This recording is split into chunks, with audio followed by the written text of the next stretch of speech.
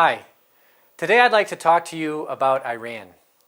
Iran is very much in the news these days. People are nervous, thinking Iran might get a nuclear weapon. Others are nervous, thinking that the United States might make an accord with Iran. And I think it would help us in understanding Iran to understand the difference between Iran and other Muslim countries. There's a general divide in Islam between Sunni Islam and Shia Islam.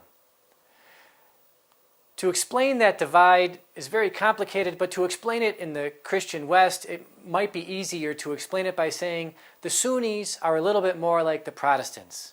They tend to emphasize a very strict interpretation of the Quran. They don't have an extensive hierarchical structure within their religion. They don't really have a strong sense of tradition.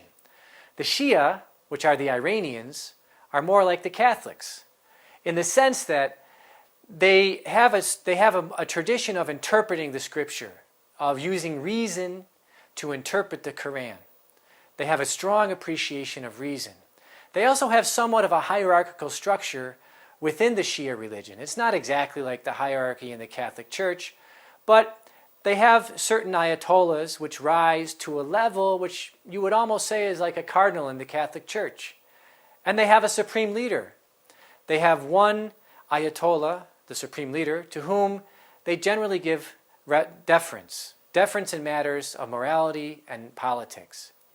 And when the supreme leader issues what's called a fatwa under certain circumstances, the people take this fatwa just as a Catholic would take the magisterium of the church, as a teaching that ought to be followed and put into practice.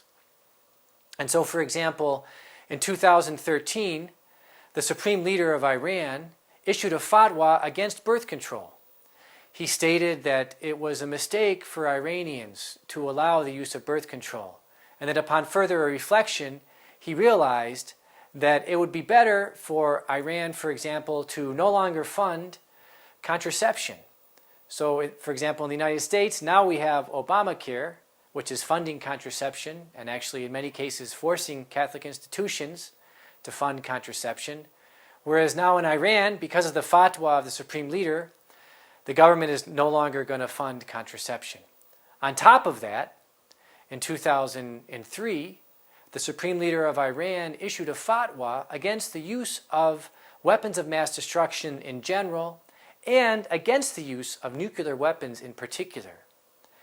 And actually, this is a very important backdrop of the nuclear discussions between the Iranians and the Western nations at this point.